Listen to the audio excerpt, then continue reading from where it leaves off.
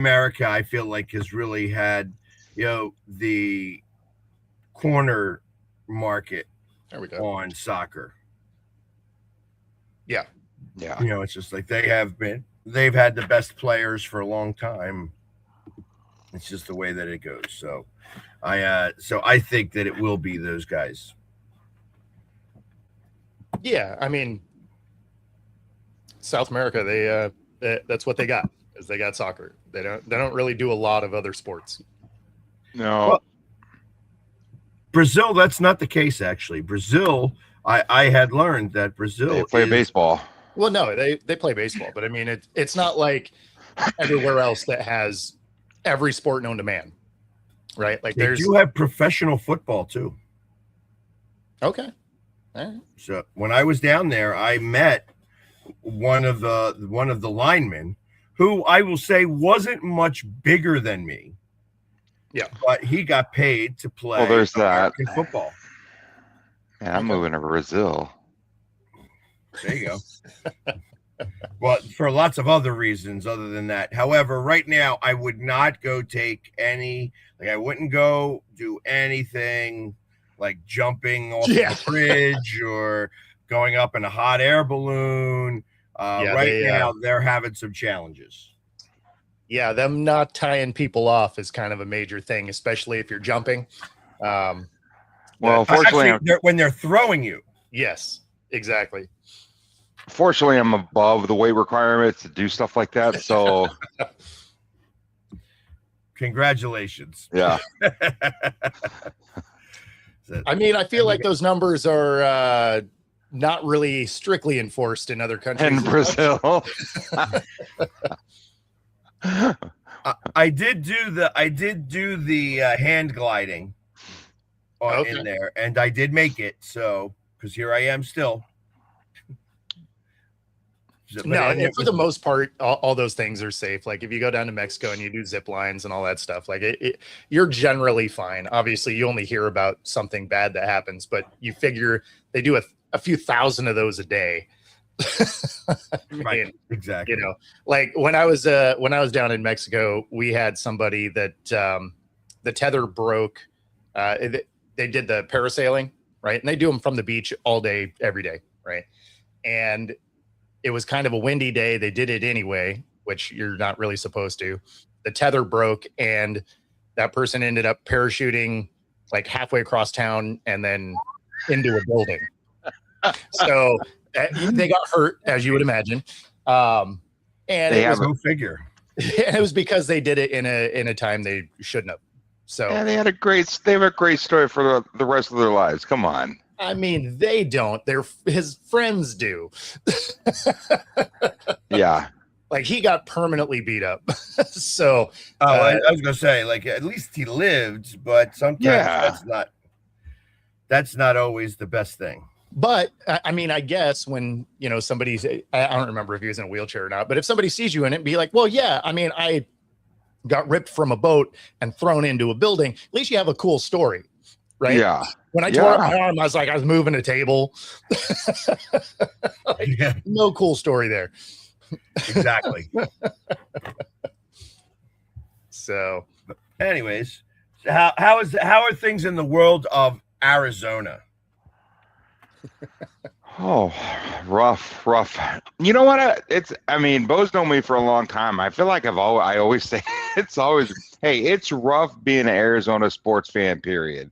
My poor 10-year-old son, he is a diehard Cardinal fan. I think he has a touch of the tism because he just is like on repeat with it. It is nonstop. So, it's tough being an Arizona sports fan. The D-backs lately, one thing I will remind D-backs fans is it's a long season, okay? Yeah. And I think we have toxic fans, just like every sports market does. Every sports team has, that toxic fan base that cries and complains. And but I will remind you that the 2024, the year that we went to the World Series, at this point in time, we were 38-40. I think Okay. now we're 40-38. So, we have a lot of arm injuries. We had Soroka go down. We had some setback with Burns, setback with AJ Puck. We had some call-ups. Cabrera, I think on Sunday on Father's Day, pitched a gem. We had Bratt yesterday pitched, I think, 3 1/3, 1 earned run ball. And then we had some relievers come in. And then we had Zach Gallon coming in today to pitch. So that'll be fun. But we'll see. They're starting to hit. We put up 9 runs yesterday. I think 3 or 4 runs the day before. So for us, that's huge. But just be patient. The thing about Arizona is that, what does everybody call Arizona? A melting pot, right? Mhm. 1, for the sun, and 2, because it is a melting pot. But depending on the reports that you read, only about 11 to 13% of the people in Arizona are from Arizona. Oh, I mean, that makes sense. Yeah. So people like Philly guy, people like Bo. If you guys move to Arizona, you're going to bring your allegiance, right? So Sure. even if you're here for 5-10 years and you feel sorry for the Redbirds and that sorry redhead down the street, and you're like, you know what, I'm gonna cheer for them. The minute things start going south, and for the Cardinals, D-backs, and Suns, they do a lot. You automatically jump back to your original affiliation, right? Not saying that you would, Philly guy, but if you ever came here and kind of acclimated the Cardinals D-back, after, if things weren't going well, you would automatically jump back to Philly. You would automatically jump back to the Eagles, right? Sure. Or you would automatically jump back to the Mariners. So How we bad deal the with D-backs that would have too. to be. Hey, I think that right now the Mariners are doing better. They got a similar record. They're leading the division. Yeah. But they got a similar record. Although they got blown off. They got blown off the mound yesterday, losing 11-1. Hey, I'll trade you.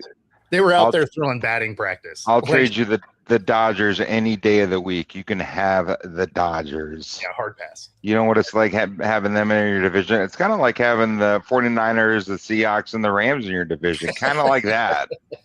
Yeah. Yeah, but that could have also been the Browns, the Jets, and of course. the Bengals, and that you would have the same thing with the Cardinals.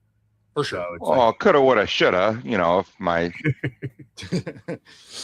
See, that's what you got to do. You got to convince your kid, hey, you know what? Arizona's not it. Go be a Jets fan. Well, so I told him, I'm like, listen, I think I told him last season, after, his 9th game crying on the way home. I said, hey, listen, I completely understand. If you want to pick another team, I get it. Like, I am loyal to the soil. I am sick. I am, there's something wrong with me in the head.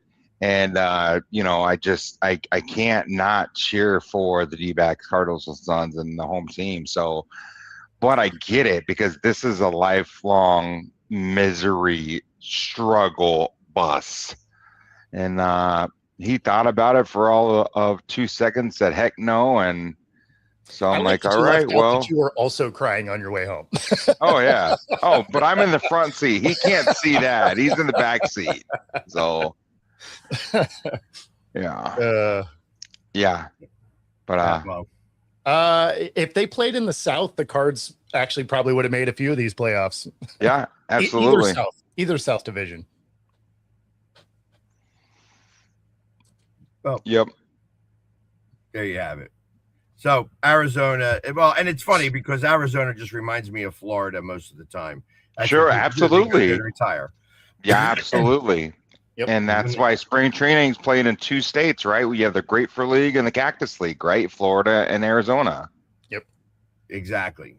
So it's interesting that they don't play in Texas either. Like, I figured like that some of that, like, they would split it up into 3 different ones so that you can kind of keep everybody close. But it's amazing to me that they don't play in Texas out of all that space that they have there. But we play amazing in Texas for some reason, especially Kyler Murray. Kyler had a great record in Texas, never lost. So, yeah, we would Like we would have liked to see them twice a year. That'd be great. Well, anytime that you win a game, you feel like, oh, I wish we could play you guys all the time. We only won 3 last year, and one was in Dallas on prime time. So yeah, Hey, if you're going to show out, might as well do it in prime time. you know. So we don't win many games, but I remember 2 years ago we won 4 games. One was against the Philadelphia Eagles in Philly. That was a great game. That was a phenomenal game. James know what, Conner, I think, is still running. I remember that game, and it's funny. I do too.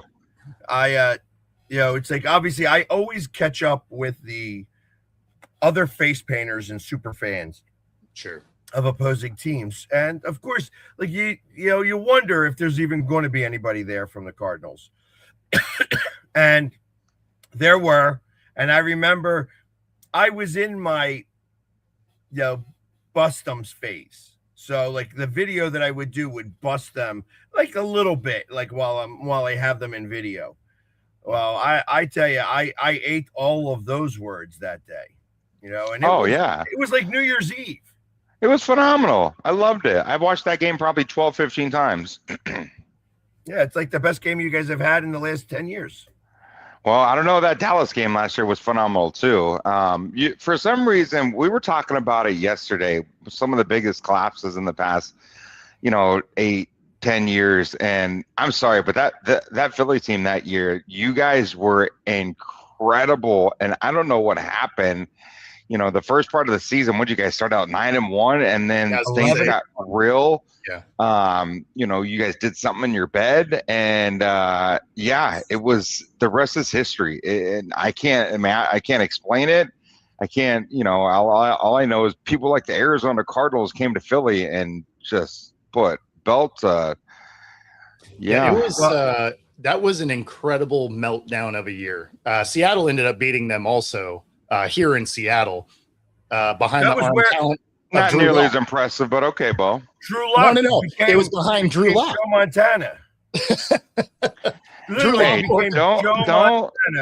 Drew Lock orchestrated this comeback drive down the field. Don't undermine Drew Lock, the mighty Drew Lock. Yeah. No, I mean, they made him look like he was all-world talent. Well, that's so puzzling too, because that was their defense really collapsed that year, and I really felt like they had the defensive pieces. Like, I don't know. So it was fun to watch, though. That game actually is what sent Drew Lock to the Giants. Was as well as he played in that, they gave him some money that Seattle was like, yeah, we can't do that for a backup. So good luck over there. And then Drew Lock was like, yeah, the Giants ain't it. I'm coming back. Hey, and teams do that, right? We see teams do that all the time. You'll see backups have 1 or 2 great games, right? And get paid millions by another team. The Seattle Seahawks did that, I believe, about a decade or so back with Matt Flynn. Yep. Right. I was telling my son that story the other day. I said, here he comes walking in. Matt Flynn signs this huge, ginormous contract. They signed a brand new coach that year named Pete Carroll, right? Who's this guy, Pete Carroll? What does he know about the NFL? They just so happened to draft a guy out of the 3rd round from Wisconsin named Russell Westbrook or Russell Wilson. And Pete Carroll has the nerve to say in a press conference that year that we're going to have an open competition. Everybody laughed in his face. They're like, no, you're not. You're going to play Matt Nagy. That's the guy that you paid millions and millions of dollars to. Well, Russell won that contest, and rightfully so, and the rest is history. Flynn never took a snap. That was crazy. Yeah. No, it was pretty amazing. Yep. And this is how you keep bad divisions in the conversation. Yeah. So if you did it just based on the best teams, the South, their seasons would have been done the last 5 years by week 12 most of the time if you were just doing the top of each conference. So this helps keep fan bases engaged until the end. So I actually like this layout as opposed to a top-down layout. And I understand what he's saying, though. Oh no, for sure. I mean, Seattle won once with a losing record, right? And that's been done 3 times now, twice by a South conference, right? So twice by the Panthers. So I get it, but at the same time, it's how you keep fan bases throughout the league engaged. And then rearranging doesn't make sense because the salary cap era kind of has teams shift up and down as far as who's good and who's not, with the exception of dysfunctional franchises who find a way to always be bad. The Browns. Yep. The Browns, the Jets, Go ahead and say it, Bo. Go ahead and say it. I mean, Arizona's had moments, but you guys aren't dysfunctional, right? Like you guys are a franchise that get in your own way, but you're not a dysfunctional franchise like the Browns and the Jets and who actively like self-sabotage. Yeah. Needed Bobby on this one. I don't know that I can agree with that.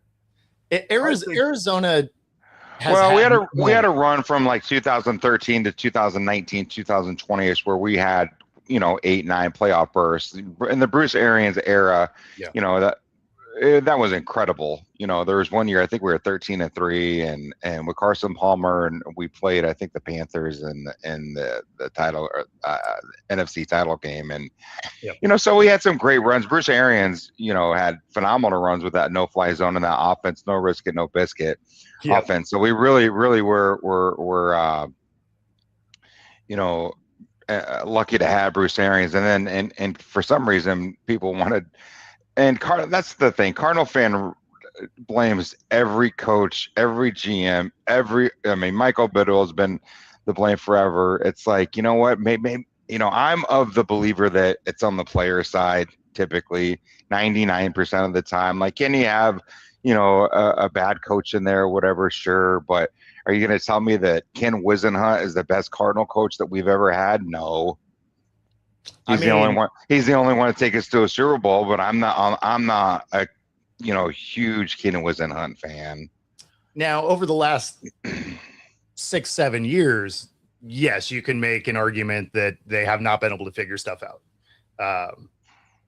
But prior to that, they've had some good runs, whereas I can't remember good runs outside of like one season outliers for the Browns, or the last time the Jets were decent, Rex Ryan was still there. Sure. Well, they made two back-to-back AFC championship games, didn't they? They did. And then the butt fumble happened, and then Sanchez's life was never crumbled. The same. Yep. See, and I remember, and I do remember the Browns being good with Bernie Kosar, and that defense was good, like the dog pound. Oh, we're going way back. Okay. The last time they had a quarterback. Yeah, but that was like the last time they were any good, though. Yeah. Like, so that was like the late 80s, but they always ran into a guy named Elway. Yep. And that's Elway could do one thing really, really, really, really well. Was beat Bernie Kosar. But isn't that crazy? We're talking about something, and we can because we're old enough, we watched that. But isn't that crazy? We're talking about something that happened about 40 years ago. Well, not only that, you're not even talking about this version of the Browns. Not at all. Not at all. These guys that are on their Browns rosters today weren't even alive when Bernie Kosar and company did what they did on the Browns. So true. And then they decided to leave Cleveland, and then they won a Super Bowl. Yeah, a couple of them. And then they go back to Cleveland, and they are back to doing Cleveland things. We definitely needed Bobby G on this. He'd have been super mad at this segment. But hey, listen, that's okay. I mean, Bobby G is, they'll come around at some point. Yeah, which city they moving to? Do you think that they could do that? Do you think that they would move? You know how hilarious would that be if the Browns moved again and then won a ring? Does Cleveland ever get a team again? Or are they just like, hey, you know what? This city is cursed. They're not allowed to have a team. A couple weeks ago, I would have told you no, and then I heard that the Chicago Bears are moving, and then I'm like, all bets are off. Now, I know they're only moving a couple miles, but still they're moving to Indiana, and that's crazy to me. I mean, it's an hour. Like it's an hour away. Well, the actual on a map, it's like 9, but yeah, to drive it because of traffic and everything, yeah, it's a whiles away. But that's, to me, that's crazy. When you think of, you think of old school Smash Mouth football, you think of the two original franchises, the Cardinals and the Bears, right? Sure. Established in the 1920s. Cardinals actually 1898, but And the those are Cardinals moved a lot. yeah, we did from Chicago to St. Louis, over here. So Weren't they also in Boston for a minute? Yeah, they have the most traveled franchise. the Cardinals, yeah. Yeah, I thought that Yeah. they played in Boston for a minute, and so there's been a lot of I mean, I remember the St. Louis Cardinals, football team. That it was like that's where St. Louis were just that's what if you played in St. Louis, you were the Cardinals or the Blues. Well, that was like 388. They only came to Phoenix in 1988. well, and that was back when there was only 3 divisions per conference. So it's going back a minute. Yeah, we are. And the other team that was in the mix to go to Phoenix was the Eagles because of Norman Brayman. Again, I was 15, 16 at the time, and I remember him holding the city hostage, saying that he was going to take that team and send them down to Arizona. And then that's where it was like, because then the city started to make legislation saying, well, the Eagles stay here. You could take the franchise, but you'll have to call them something else down there. The Eagles going to stay here. So there was lots of different things that happened with that. It's, at one point it was the Eagles were going to move to Phoenix. The Browns were going to move to Philadelphia. At the time, which wound up turning into the Ravens. So there were a lot of, hey, we're going to move all these teams around right now. Yeah, that's crazy. All that means, gentlemen, is that we have earned this gray we have in our beard, right? I remember in '88 when the Cardinals came here, I was a diehard Redskins fan, and that was the year they won. They won the Super Bowl, and I was jumping ship. I said, "Nope, we got a team now. I'm going to be a Cardinal fan." And the rest is history. I regret that moment ever since. Yeah, that I did that. So we had Doug Williams, Mark Ripken, the posse, the old line, the hog line. Oh, Russ Grimm. I mean, to be fair, it did take a turn after that point. So the Cardinals never made that turn. Yeah, fair enough. But that was the strike year, was it not? In '88, I don't know. I was 11. Yeah, it was the strike year. That's the movie The Replacements. Mm-hmm. The movie The Replacements is based off of that year, and that's why they're the Washington Sentinels. And they make it to the playoffs. They don't show the playoff run, but they show how the fact that they beat Dallas to get into the playoffs, which is what happened in real life. They beat Dallas to get into the playoffs, and then they won the Super Bowl that year. And I remember that really well because we had a coach who then soon became the coach down in Arizona, Buddy Ryan, who during that strike year, the big thing was listen, everybody stick together as a team. You stay out as a team, you come across as a team. Don't stagger. And that was the one thing that he kept. And that was really the one thing, especially in a union town in Philadelphia, which unions were really big back then. Sure. You want to know why he was endeared here. It was that really that's why he was so loved here, beyond the fact that he couldn't win a playoff game. Yeah, but number one, he produced in the regular season.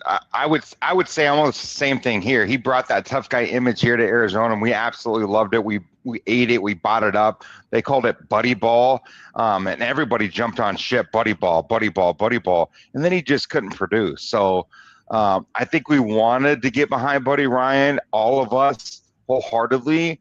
It just never came to fruition on the football field. So, you know, well, and he paid, like I said, tough. he paid all of the Eagles players who wasn't going to get paid by Bremen. He paid them all.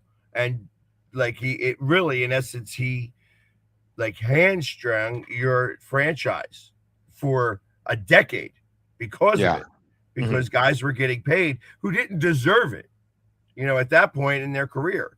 You know, the NFL was, even back then, like you could have paid the guys if you needed to, but if you didn't need to, you could just cut them and whatever. And that guys were still not getting paid for what they did, you know, how they were doing. They got paid for what they did. Sure. And he paid all of his Eagles guys. That was, you know, the gang red defense is what it became, because it was the gang green defense minus Reggie White, and then all went down to Arizona and got paid, and they were old. Sure. Well, and that's what they say, right? You come to Arizona to get your last payday, right? You know, you look at Emmitt Smith, you look at J.J. Watt, you look at, you know, these retiring superstars that, you know, they want one last contract. So, well, and that's where you go to retire, Arizona. Yeah. Right? Why not? So, and no, the power station is by Levi Stadium, so that is San Fran. Yeah, that's why San Francisco has all their injuries, although we're not allowed to say that for real, like that. Yeah, exactly. That's just conjecture. Don't sue the show. Yeah, exactly. This is only done for entertainment purposes. Yeah, that's right. No, and like if you remember, Seattle almost got moved out. The Seahawks almost got moved to LA, right? Ken Behring was mad at the Seattle area and threatened to move him down there, and actually loaded the entire facility and drove it down. The NFL was like, "You are absolutely not doing this," and said, "If you don't have the team back by this next week, we are going to fine you $500,000 a day until they are."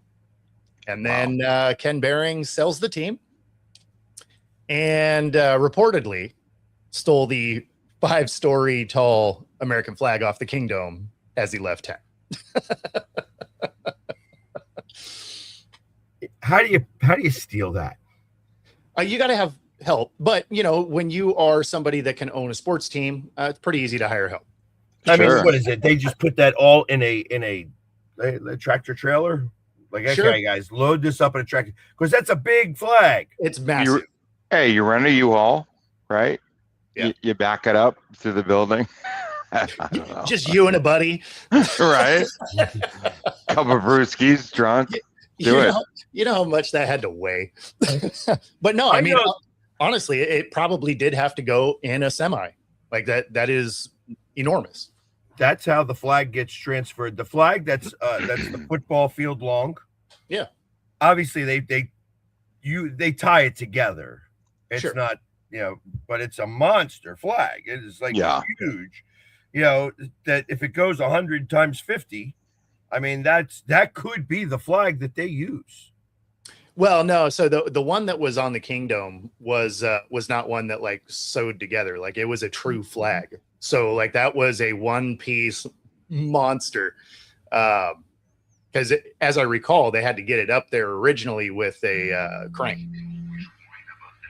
But so who knows exactly how that happened? Again, this is just reported, but it was funny because when he left town, that flag was no longer there. So that's how the story got started. Who knows if he actually did or not? Yeah, somebody else probably took that flag. Somebody with a semi and a lot of people. It would have been great timing. Oh, for sure. For sure. But yeah, I mean, the Seahawks, they had a very real moment where they could have been down in LA. That would have been weird. Yeah, that would have been weird. I do kind of remember that too, where they said, no, you're not moving the team. Tough. Get back up there. Yep. Yeah, that was back in '96, I think. Well, that was during the We were a NFL. tag team. The NFL had finally had it with franchises moving. Mhm. Like, because it was, they weren't going to have another, like, Baltimore to Indianapolis was like put a black eye on the NFL. Sure.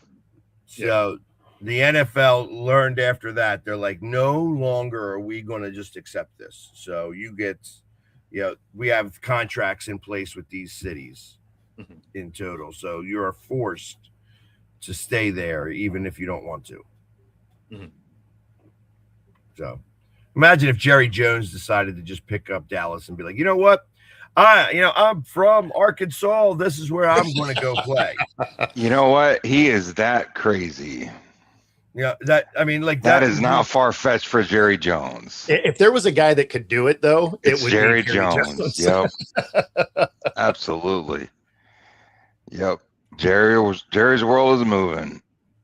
Just imagine, and I wouldn't surprise me if like the whole thing just lifted up and just walked there. Yeah. Yeah. There's a reason why it's a multi-billion-dollar stadium. It Right. flies. Yeah. Who Well, knew? he was the first one to spend $1 billion. Like, he was the first one that I can remember that spent $1 billion, and he spent it the right way. Yeah. I mean, that $1 billion. I mean, if you ever, I could always talk about how Dallas sucks, but that if you go to their stadium, take the 3-hour tour. It's supposed to be an incredible building. I want to go visit them or the Raiders or the Rams stadium because their stadiums are supposed to be beautiful. And my wife will not let me take my 10-year-old son because she's afraid of that fan base. I'm like doing stuff to other teams, and I'm like, listen, not with a 10-year-old son. Like, yeah, they're not doing anything to a kid. Like, that's not. Listen, even especially on a tour, the most degenerate fan in the NFL, the Philadelphia Eagle fan, they're not going to mess with a father and his 10-year-old son. I can see them being like, all right, you get a pass, I'll find some other. If you're a Knicks fan, that may be off the table. Yeah, well, especially if they win. And if you're not a Cowboys fan, so you bring a 10-year-old kid who is a Cowboys fan, and I would tell you that you should definitely make sure he has his earmuffs on. You know what I mean? Yeah. Like I said, you better have your thick skin, and it doesn't matter where. Yeah. I mean, it's funny. I'll tell this story. I know certain people will start to hate on me for this one. The mother of my children is a Cowboys fan. She grew up in Dallas. Now, I will tell you that you didn't vet that out like on your first date. Well, interestingly enough, we met during hockey season, and we were both really big Flyers fans. So, and accidents happened where, like, very quickly in our relationship, we got pregnant. So now I'll never forget this. It was a Flyers win week moment. It's September. It's September. One of his strongest moments, actually. And she goes, just to let you know, I'm a Cowboys fan. I'm like, what? Like, I just assumed because she was a Flyers fan that she was an Eagles fan. Didn't realize. So now I have, a son coming out. Yeah, you have skin in the game. Yeah. Now my son is 6 years old, and I am not the Philly sports guy yet, but I'm formulating. Like, I'm this guy who yells at the television a lot and gets all into sports and stuff. Typical like Philly that. fan, yeah. Exactly. I am me. And my son comes up to me one day and he goes, "Dad, I just want to let you know I'm going to be a Cowboys fan." And it was very funny to me at the time. And I go back and I go, you know what, James, that's fine. You want to be a Cowboys fan, that's fine. But I'm telling all of your friends that you are a Cowboys fan. And she's like, you can't do that. I'm like, oh, no. We live in Philadelphia. Yeah. You better learn right away what it's like to be a Cowboys fan. That's right. to be That's loyal. right. No closet Cowboys fan. You got to be. A week later, he comes back to me and goes, Dad, I just don't think I like football. Oh, dang. So Hey, I'd rather have that than have them be a Cowboy fan. I kind of feel the same way. He's definitely, he's a little, he was a little mama's boy back then. You know what I mean? He's definitely coming out on his own now, but he's not a football fan at all. And I'd be willing to bet that he is not a football fan in any capacity because it was a split between his mother and his father. Well, honestly, I kind of put this on you. I have a kind of similar story. And when on our first date, when my wife and I, our very, very first date, I said, hey, listen, let's get all our bugaboos out right now. Like, she's the ASU fan. She went to Arizona State University. That's a huge plus, right? So I said, hey, let's get all our bugaboos out now. Like I'm dating to, find, not now, I'm not looking to get married tomorrow, but, so here's my bugaboo. Like, I'm a diehard Cardinal fan. And she kind of laughs and she goes, oh, no, huh? That's cute. So am I. So is my dad, my brother. That's kind of cute. And I said, no, you don't understand. I have season tickets. I'm going to these games. I go to every single game. I watch every single game and I record the games and break down game tape throughout the week. I watch the game anywhere between 4 and 6 times a week and I take notes. And she still kind of chuckled and she said, oh, no, I think that's cute. And I'm thinking to myself, I told her. So we're up front. I was up front. I was honest. I was transparent. And, we had, she became pregnant about 2 months later. The rest is history. We got married, have 3 beautiful children. But, she sees me now taking notes in the office, breaking down game tape. And she's like, do you think Michael Biddle's going to call you and ask you? He might. And my response is always the same. No, but if he does, I'm ready. So, yeah. So don't have to get ready if you stay ready. That's right. I know. I say it all the time on this show. I mean, it's like, what do we know? We're just fans. That's right. We don't get paid for this, not yet, at least.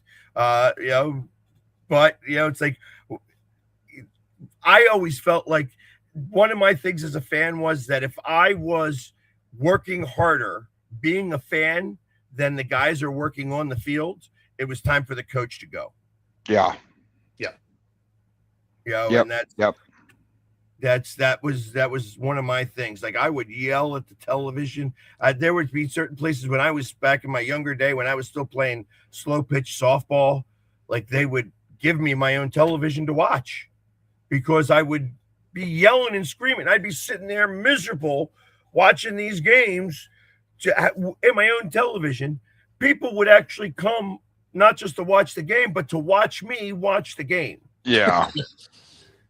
Which sounds funny, but I was into the game. I would yell out stuff that would be like second level knowledge. Yeah. And people would be like, they would take that knowledge and then call into the sports talk shows. I think, and that's wherein lies our frustration, right? People like us who have that dedication, right? And if we feel like we care more than, I feel like we care a lot more than the players do. Let's be honest. They're getting paid millions and millions of dollars to play a game. What do they care, right? If they win or lose, that check's still getting cashed, right? But when we care more than the coaches do or other people in the front office, or that's when it's a problem. And people always ask me, why are you a fan? Why are you such a big fan? It doesn't make any sense. Like you say you're a diehard fan, you die hard a lot. And I tell them, listen, that 2008 NFC Championship game against the Eagles would not hit the same. I would not be talking about it 7 years later if I wasn't a diehard fan. When Kurt Warner dropped back and hit Steven Spock for a 7-yard first down to send not only this franchise, but a city and a state to the Super Bowl. That stuff I'll never forget. When I was at Game 7, 2001, the D-backs versus the Yankees, and Randy Johnson, the Randy Johnson comes out of the bullpen. Second loudest stadium I've ever heard in my entire life. I couldn't hear myself think that if you're not a diehard fan, that's stuff you don't really stick to. It doesn't stick with you. And you know, I remember, you know, walking down the stairwell of that game after we won. And you know, I told you guys this before, the big thing was Mystique Honora. The Yankees have Mystique Honora. And I had a sign that said Mystique Honora, there's strippers here in Arizona. And that sign just hit hard after we won. So, you know, it's stuff like that, you know, if you're not a diehard fan, you know, that's stuff, you know, you don't really, you know, it brings tears to my eyes. And I cried then, and you know, and that's why I'm a diehard fan. It's for moments like that. Unfortunately, they're few and far between. But I will always be loyal to the soil, and I will always go to bat for my team. No, I mean, there's always those moments that stick out to you, right? Like, Sure.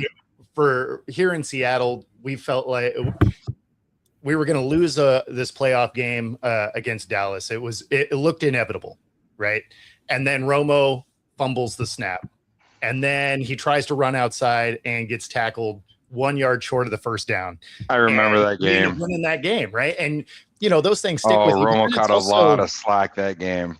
Oh yeah, I mean, he just could never deliver in postseason. But then, you know, there's also ones that we had a snow game, right? And it was against the Packers. And the Packers fans that were in the buildings, like, oh, you guys are definitely going to lose. We play in the snow all the time, and we beat the brakes off them. And you're just like, yeah, like, let's go. Plus, you're sitting out there in the snow. Like, it was fun. It was fun. So no, I mean, there's anytime you're a big fan of your team, there's always those little moments that.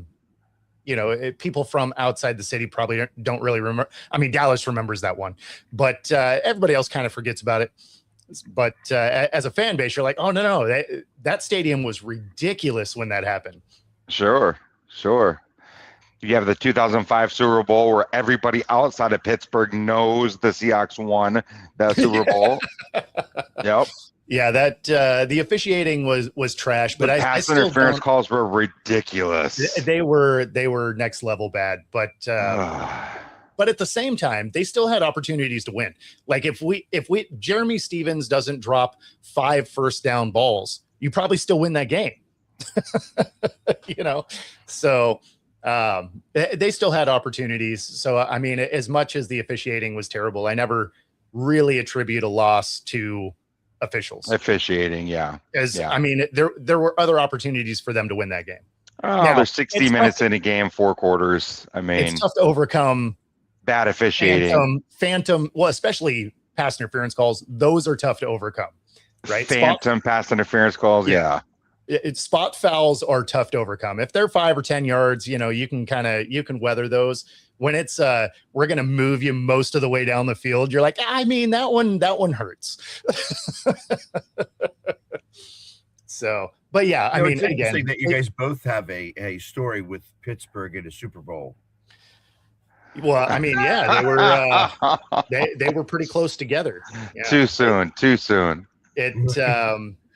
It for us, it felt like they were just really trying to give the bus a ring. That's really what it felt like. When you watch the officiating of that game, they're like, man, they really want Bettis to get a ring. Yeah. But no, I never blame it on the refs. Like you could have won that game outside of that. Hey, you could have handed the ball off, and you would have had. This would have been.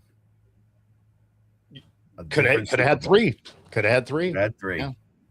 Yeah. I mean, they were in the games that they lost enough that you could have had 4, but we have 2. So is what it is. But at least we didn't go 0-4 like the Bills. So, you know, you take the wins where you can. Or the Vikings. So, or not even going to a Super Bowl like Detroit. I like that we're just alienating every fan base possible. Right? Every other fan base. You know, Brad is proud of his Philadelphia Phillies. Do you want to talk about your Phillies at all? And their comeback victory late?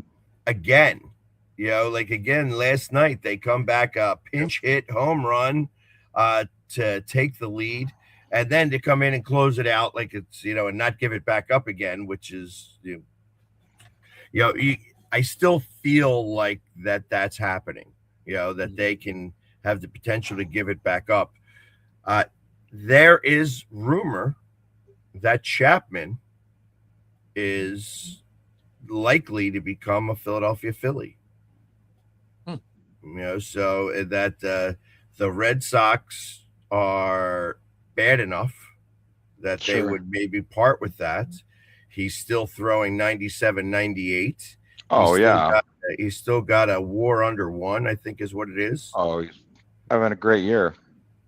So I tell you, if I felt like that's where the help I think we need is in the bullpen, if we're going to try to do anything, and a right-handed bat, a guy that knows how to hit the ball from the right side.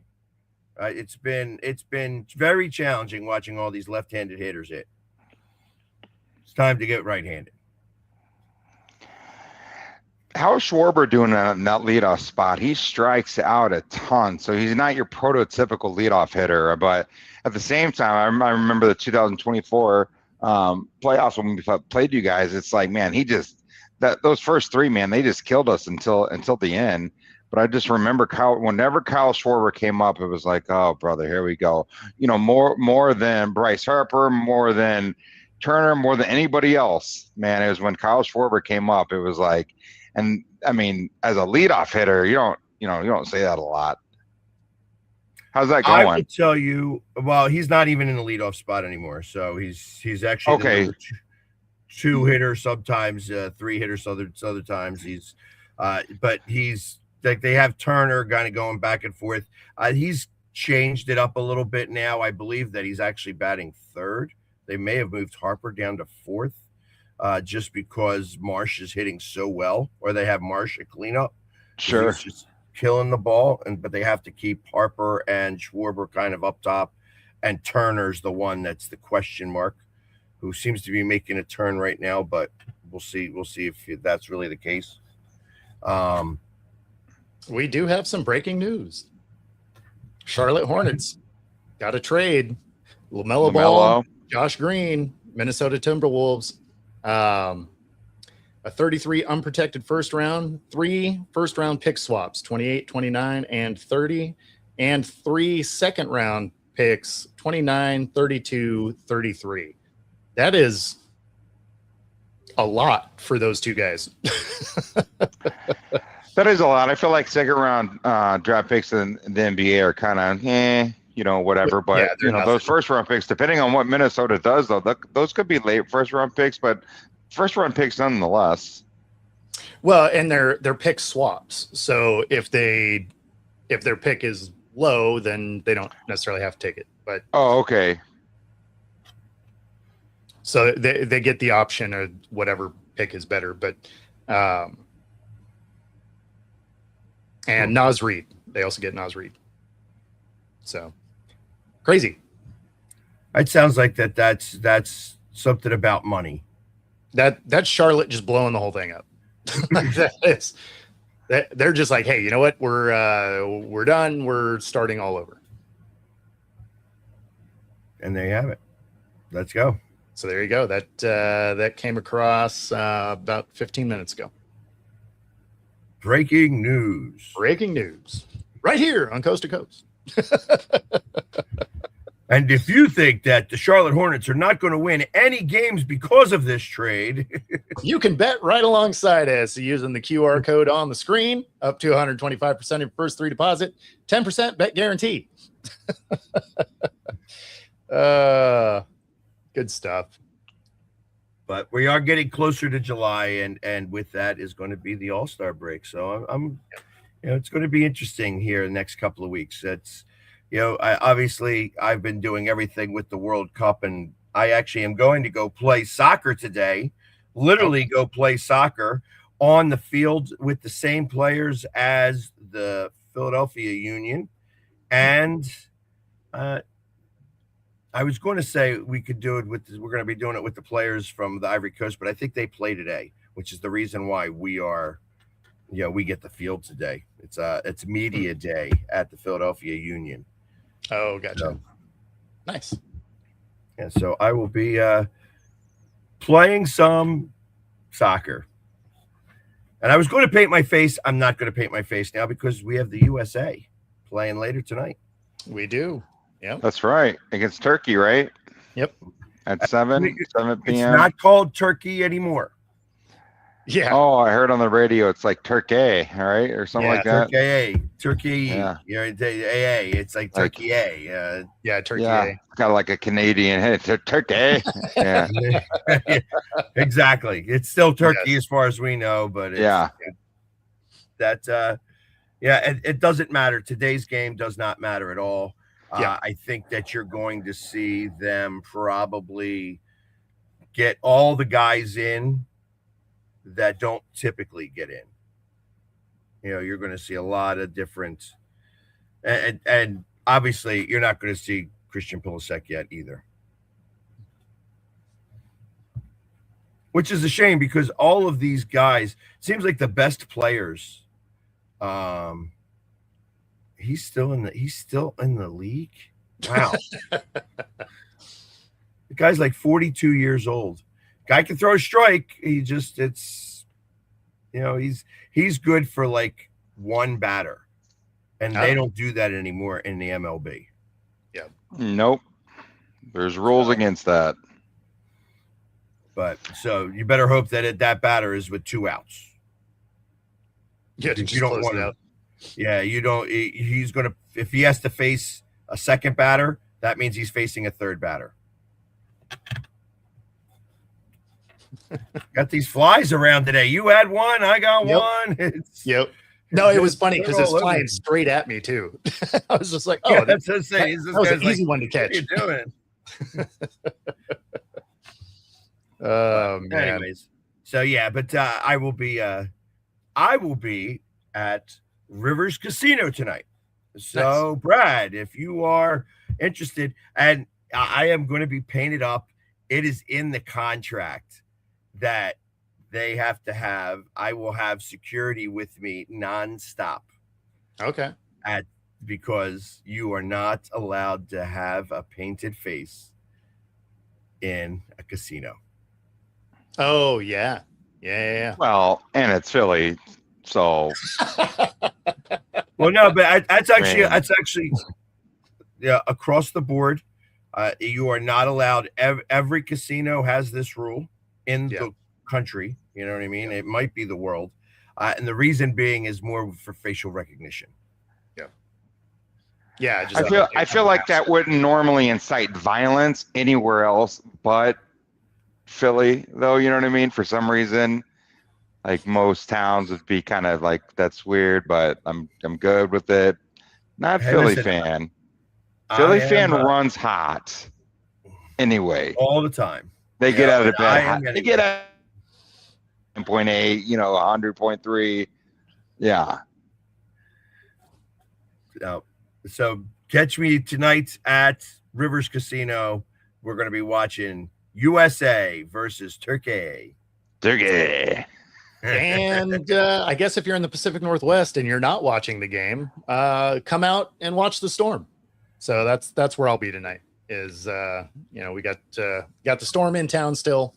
So hopefully we can get this losing streak to finally come to an end. 11 in a row is a little rough.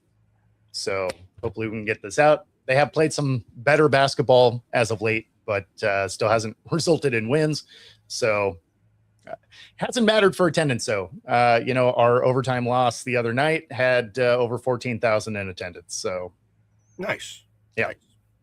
Hey, and if you want to watch a lot of offense, the Diamondbacks are playing game 4 of the 4-game series against the Cardinals today.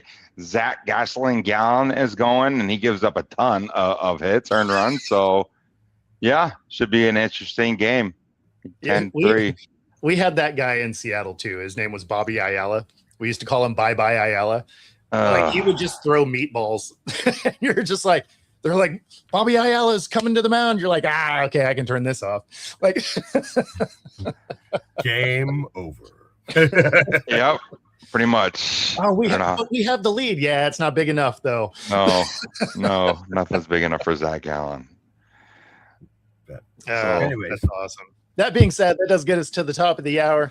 If you've been watching along with us, be sure to like and subscribe. Helps us bring our stuff to you. And of course, if you are listening on the radio, 97.3, we do have some smooth jazz headed your way. Otherwise, we will catch you all tomorrow. Enjoy the games tonight. Take it easy, everybody. Peace. See you guys.